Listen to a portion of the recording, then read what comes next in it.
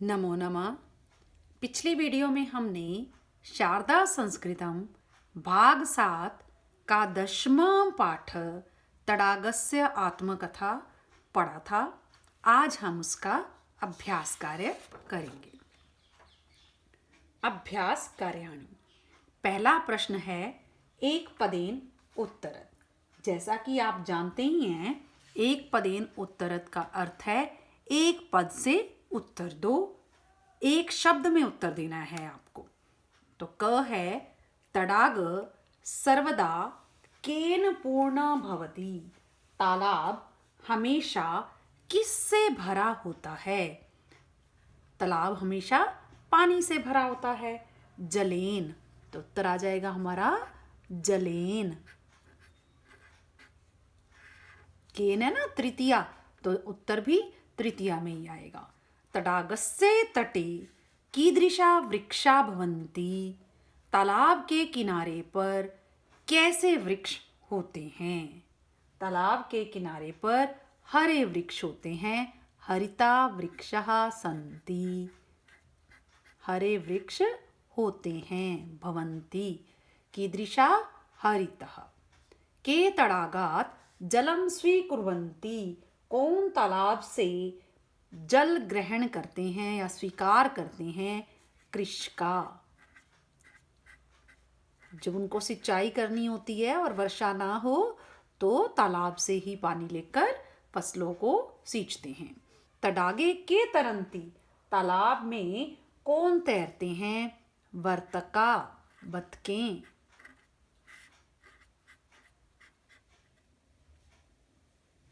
केशाम तडागे श्रद्धा भवति। किन की तालाब में श्रद्धा होती है? सभी लोगों की, सब लोगों की। तो सर्वेशाम जनानाम।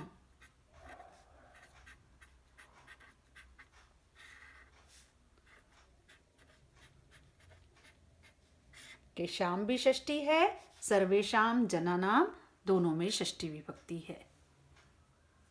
तडागे कदापि किम न करोति। तालाब कभी भी क्या नहीं करता?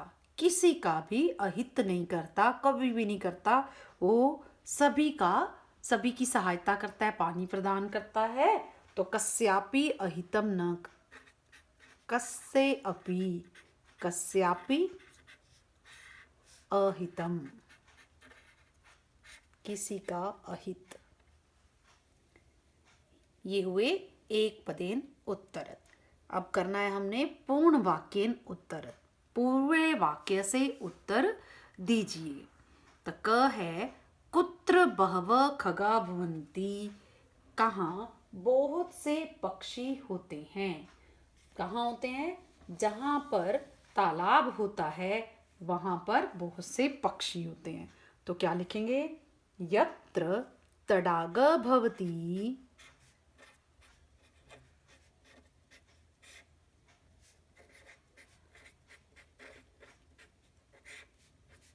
तत्र बहवः खगा भवन्ति।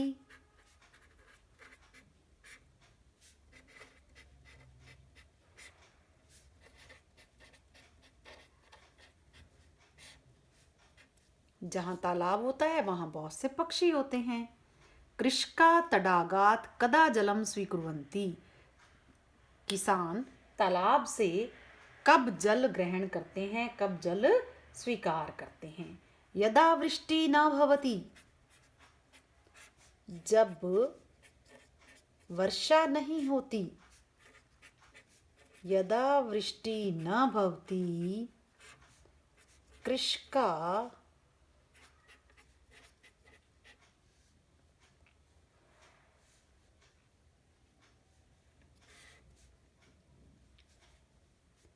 तदा कृषका, तदा आ जाएगा यदा वृष्टि न भवति तदा कृषका तडागात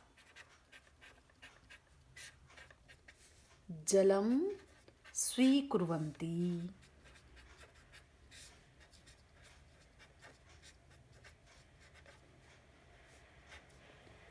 केवल यहाँ से हमें यही लिखना है, ये सारा यहीं से ले लिया हमने।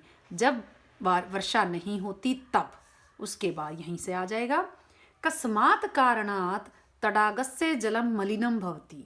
ग है किस कारण से तालाब का पानी मैला हो जाता है। अब आजकल आपको पता है बहुत से लोग क्या करते हैं, उसमें गंदा पानी मिला फेंक देते हैं या फिर कचरा डाल देते हैं जिससे तालाब का पानी मैला हो जाता है। तो क्या लिखेंगे, जना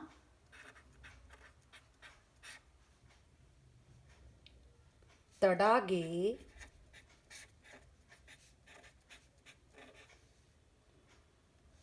दूषितम जलम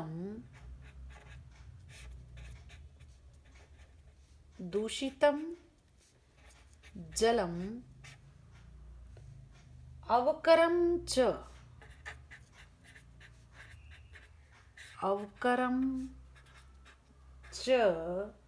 क्षिपन्ति।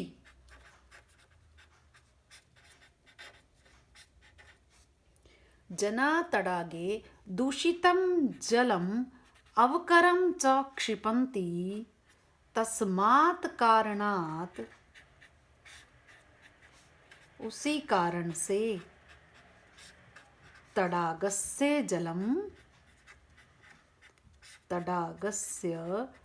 जलम मलिनम भवति। यहीं से ही लिखना है आपको, तडागस्य जलम मलिनम भवति।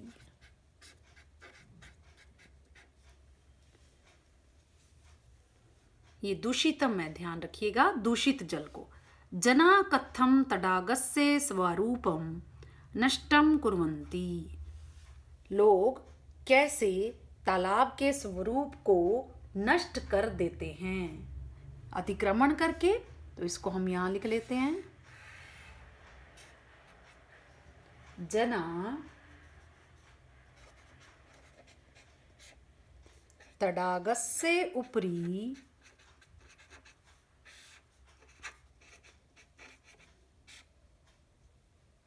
अतिक्रमणं कृत्वा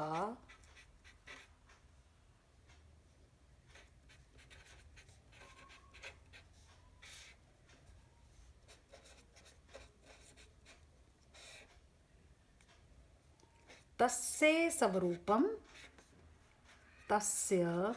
स्वरूपं नष्टं कुर्वन्ति।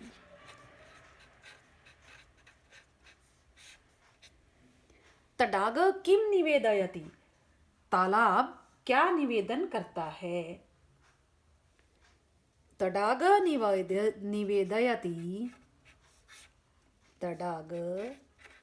निवेदयति यत्। तडाग निवेदन करता है यत्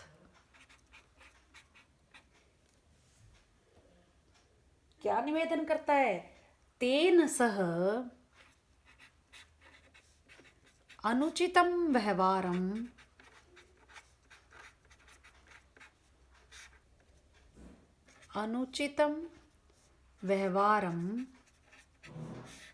न कुर्वन्तु या मा कुर्वन्तु।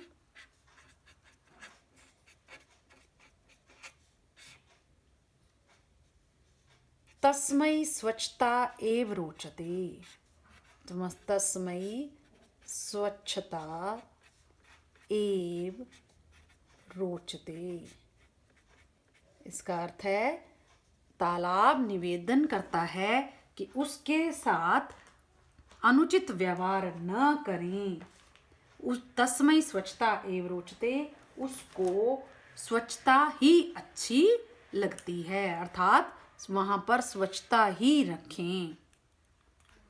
ये दूषितम मैं एक बार फिर से बता देती हूँ, दूषितम कैसे लिखा गया है। दूषितम ऐसे लिखना है,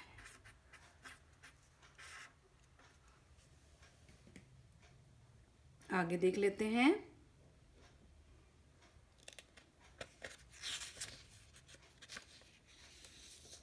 अगला प्रश्न है, ग्रीष्म काले महिष्य गावश्च कथम आनंदम स्वीकुर्वन्ति। ग्रीष्म काल में भैंसे और गौएं कैसे आनंद स्वीकार करती हैं या ना कैसे आनंदित होती हैं। तो कैसे आनंदित होती हैं? ग्रीष्म काले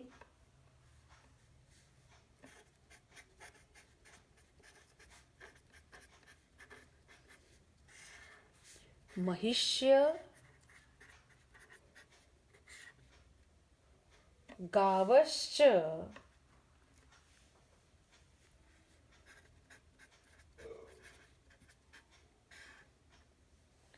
कैसे होती हैं? बार बार स्नान करके, वारम वारम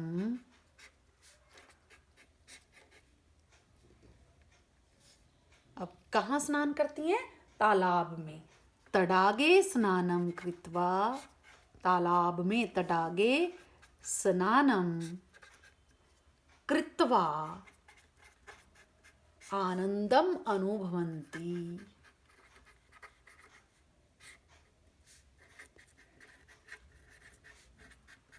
इसका अर्थ क्या हुआ? ग्रीष्म काल में भैंसे और गौएं बार बार तालाब में स्नान करके आनंद का अनुभव करती हैं। आनंदम स्वीकुर्वन्ति कह दिया, या आनंदम स्वीकुर्वन्ति भी कह सकते हो, अनुभवन्ति की बजाय आप स्वीकुर्वन्ति भी कह सकते हो, क्योंकि प्रश्न में अगर स्वीकुर्वन्ति है तो आप भी स्वीकुर्वन्ति कह दीजिए। अनुभवन्ति भी कहेंगे तो भी गलत नहीं होगा। अब देखो यहाँ पर सिर्फ कथम के स्थान पर हमने क्या प्रयोग किया? वारम वारम तडागे स्नानम कृत्वा। बाकी प्रश्न में सही है। मंजूषाया आधारेण श्लोकस्य अन्वयम पूरयत। मंजूषा से, जो भी ये मंजूषा में, मंजूषा को आधारित करके ये 4 इसमें दिए हुए हैं हमें शब्द, इन पदों को ही लेकर श्लोक के अन्वय को पूरा करना है। तो कैसे पूरा करेंगे? य द्विज, जो ब्राह्मण तड़ाग कृत, अब ये कैसे करना है? तड़ाकृत कौन होता है? जो तालाब को बनाने वाला है। और वृक्षारोपी,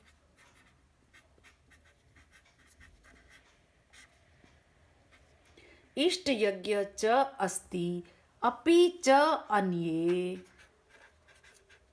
सत्यवादिना एते सर्वे स्वर्गे महीयन्ते।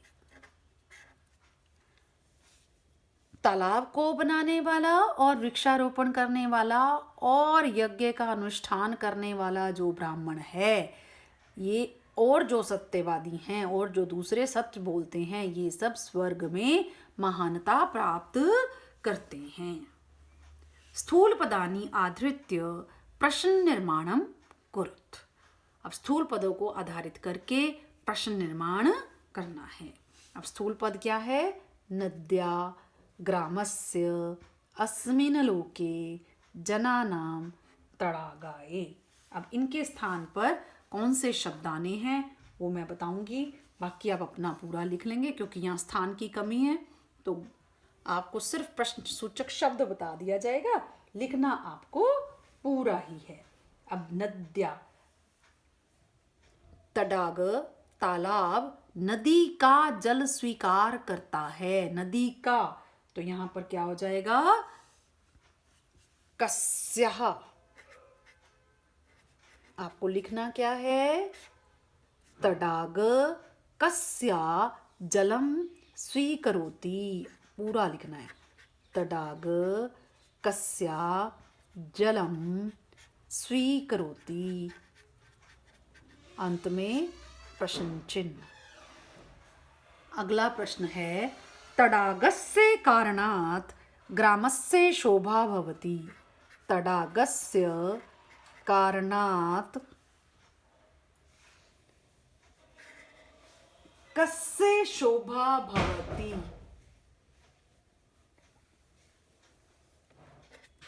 ग्रामस्य के स्थान पर क्या आ जाएगा? कस्य, और अंत में प्रश्न चिन्ह लग जाएगा। प्राचीन कालादेव तडागस्य महत्वम अस्मिन् लोके अस्ति। अब अस्मिन् लोके यहाँ आप लिख सकते हो कुत्र। प्राचीन काल से ही तालाब का महत्व इस संसार में है, तो आपने क्या लिखना है? कहाँ है। प्राचीन कालादेव तडागस्य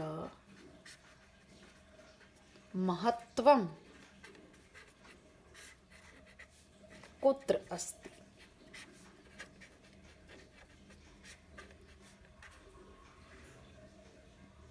जनानां व्यवहारेण तडाग दुखिता भवति। लोगों के व्यवहार से तालाब दुखी हो जाता है। केशाम, जनानाम के स्थान पर केशाम, केशाम व्यवहारेण तडाग दुखी भवति। अंत में प्रश्न चिन्ह। तडागाय स्वच्छता एव रोचते। कस्मै स्वच्छता एव रोचते। अब तडागाय चतुर्थी है तो कस्मै भी चतुर्थी आ जाएगा। किम शब्द रूप पुल्लिंग, चतुर्थी एक वचन। इस तरह से अब मैंने स्थान अनुसार लिख दिया है।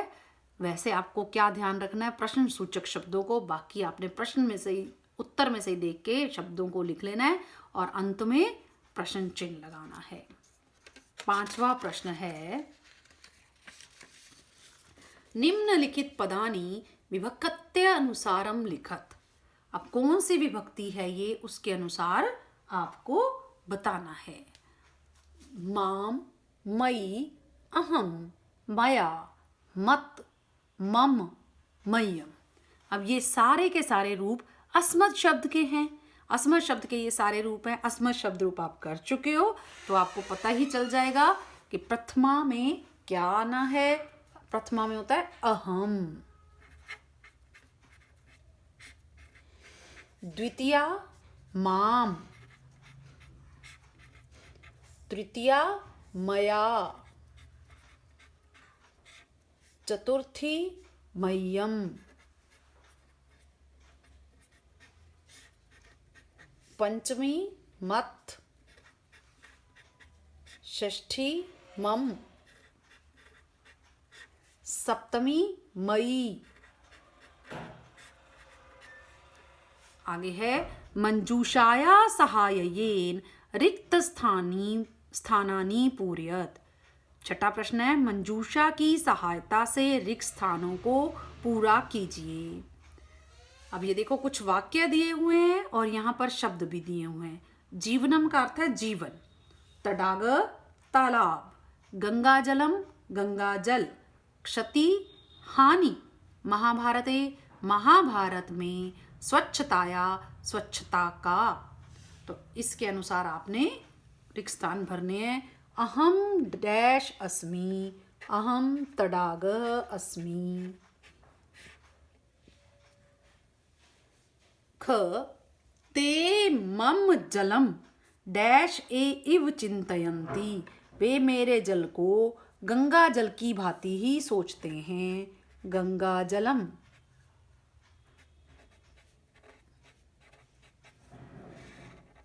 जना जलम एव डैश इति वदन्ति।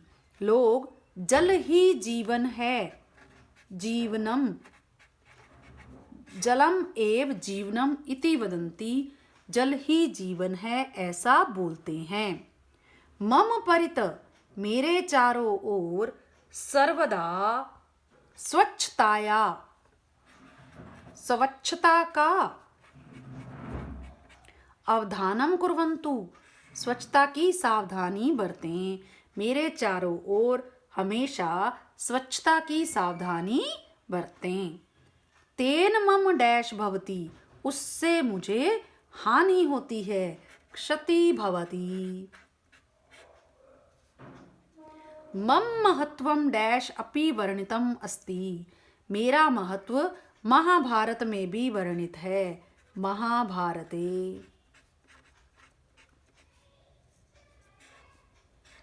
इस तरह से हमें 6 ही वाक्य दिए हुए हैं और 6 ही शब्द दिए हुए हैं। अर्थ अगर हमें आ जाए तो हम आसानी से कर पाएंगे।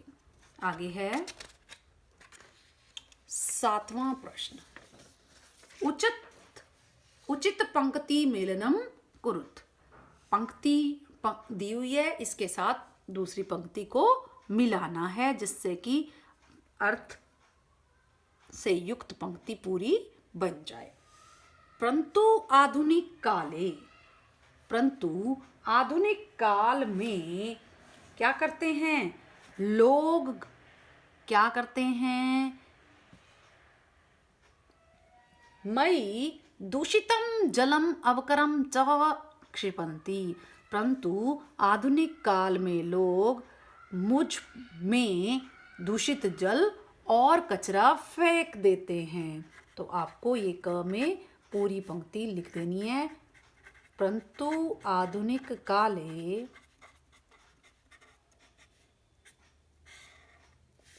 जना मयि दूषितं जलम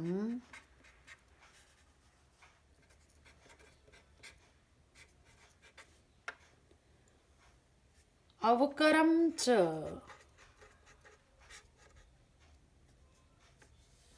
क्षिपन्ति। ये हो गई हमारी पहली पंक्ति, पूरी हो गई। आगे है अतः माम परित सर्वदा स्वच्छताया अवधानम कुर्वन्तु। इसलिए मेरे चारों ओर सर्वदा हमेशा स्वच्छता की सावधानी अवधानम बरतें कुर्वन्तु।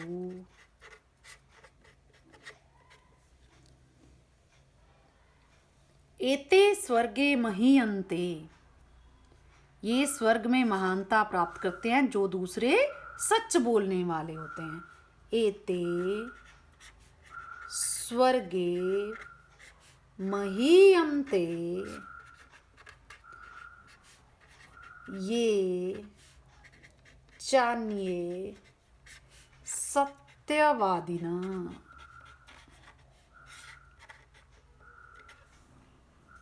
ग्रामेषु नगरेषु च मांगलिक अवसरेषु जना माम पूजयन्ति। गांवों में, नगरों में मांगलिक अवसरेषु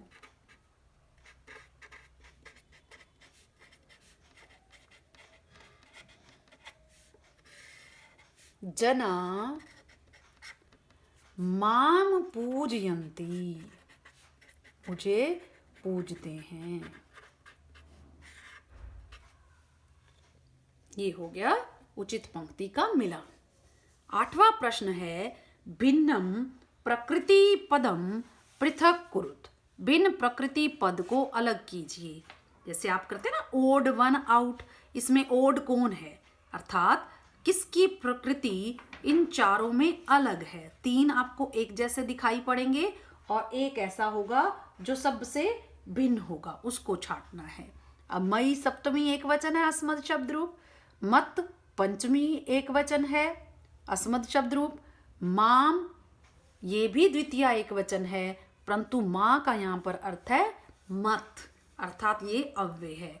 तो माँ क्या है, भिन्न प्रकृति वाला पद है माँ। सिंचामी तरंती भवंती निवसंती। अब देखो तरंती भवंती निवसंती तीनों प्रथम पुरुष बहुवचन है। लट लकार प्रथम पुरुष बहुवचन है। ये सिंचामी क्या है, लट लकार भी है लेकिन उत्तम पुरुष एक वचन है, इसलिए सिंचामी सबसे अलग है। भिन्न प्रकृति का शब्द हो गया। जना कृषका महिष्य निवसंती। अब प्रथमा है, बहुवचन है, जना कृषका और महिष्य तीनों में। इसमें प्रथम पुरुष बहुवचन है, लट लकार ये धातु है और ये शब्द रूप हैं, तो इसका अर्थ हुआ निवसंती अलग प्रकृति का शब्द है। वैसे भी ये क्रिया है और ये तीनों क्या हैं, संज्ञा हैं। शुष्क क्षति शोभा वृष्टि। अब इसमें देखिए शुष्क माने सूखा, शक्ति माने हानि, शोभा सुंदर, वृष्टि वर्षा। अर्थ से इसका कोई अलग नहीं है। ये यहाँ पर देखो, शुष्क क्या है? क्षति प्रथमा एक वचन, शुष्क प्रथमा एक वचन, शोभा प्रथमा एक वचन, वृष्टि प्रथमा एक वचन। तो इसका अर्थ ये नहीं है कि हम प्रथमा एक वचन के हिसाब से देख लें, तो वो भी गलत होगा। अब और देखो, क्षति शोभा और वृष्टि तीनों क्या हैं? स्त्रीलिंग हैं, परंतु शुष्क क्या है?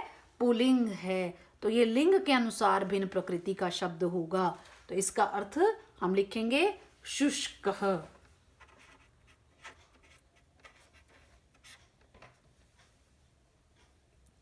अगला प्रश्न है,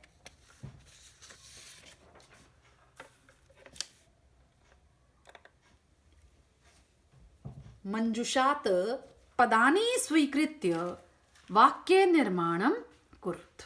अब इतने सारे शब्द दिए गए हैं, इन पदों से आपको वाक्य बनाने हैं। तो हम एक एक शब्द को लेते जाएंगे और वाक्य बनाते जाएंगे। तो पहला है खगा। आप कोई भी वाक्य बना सकते हैं, जरूरी नहीं है आपको यही वाक्य बनाने हैं। आप खगा उत्पतंती लिख दीजिए, पक्षी उड़ते हैं तो भी ठीक है। या इस तरह से भी लिख सकते हैं, यत्र तडाग भवति तत्र बहवः खगा भवन्ति, कुछ भी लिख सकते हो। तो आप क्या लिखेंगे? बहवः खगा उत्पतंती, बहुत से पक्षी उड़ते हैं। आप किसी तरह से भी लिख सकते हो। दूसरा है जलम।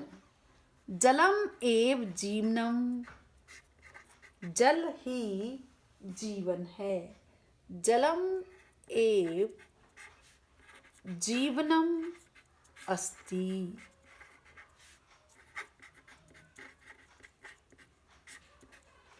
अगला है वृक्षः। वृक्षः का वाक्य बनाना है। तडागस्य तटे, तडागस्य तटे, ड है ये तडाग, तडागस्य तटे अनेके वृक्षा सन्ति। तालाब के किनारे पर अनेक वृक्ष होते हैं। संति भी कह सकते हो, भवंती भी कह सकते हो। संति कहेंगे तो हैं हो गया, और भवंती कहेंगे तो होते हैं। नदी, नदी बहती, नदी बहती है। या पर्वतात, अब बहती ये हिंदी शब्द है, वह धातु से है, नदी वहती। और आप ये भी कह सकते हो, पर्वतात नदी निर्गच्छति, नदी निकलती है। गृहम, मम गृहम मेरा घर, रोहतक नगरे अस्ति। मम गृहम रोहतक नगरे अस्ति, मेरा घर रोहतक नगर में है।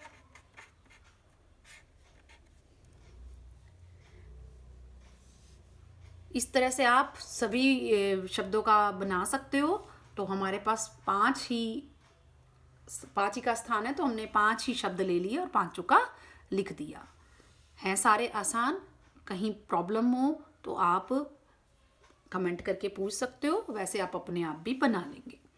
10वां प्रश्न है, विलोम शब्दान लिखत। हितम, अहितम, पूर्णम, अपूर्णम। विलोम अर्थात उल्टा अर्थ हो जिसका। श्रद्धा, घृणा। सत्यम, असत्यम। उचितम, अनुचितम। शुष्क, आर्द्र। आर्द्र में बहुत से बच्चे गलती करते हैं। ये र यहाँ पे भी आएगा, यहाँ पे भी आएगा। कई बच्चे एक ही र लगा देंगे, यहाँ नहीं लगाएंगे, वो गलत होगा। इसको बोलते हैं आर्द्र। इस तरह से ये विलोम शब्द हो गए। 11वां प्रश्न है बहुवचने परिवर्तयत, बहुवचन में परिवर्तित करो, बदलो। अब देखो जो भी लकार है आपने लकार को नहीं बदलना, केवल ये क्या कुछ भी एक वचन दिया हुआ है, प्रथम पुरुष है तो प्रथम पुरुष का बहुवचन, उत्तम है तो उत्तम का बहुवचन, पुरुष आपने नहीं बदलना। भवती, भवती, भवत, भवन्ति, इसलिए हमने भवन्ति लिख दिया। गच्छामि, गच्छावः, गच्छामः, गच्छावः द्विवचन है, हमने बहुवचन बनाना है तो गच्छामः। पूजयति, पूजयन्ति, क्योंकि कैसे होता है, पूजयति, पूजयत, पूजयन्ति। करोमि, कुर्व, कुर्म, बहुवचन कुर्म। निवेदयामि, निवेदयाम,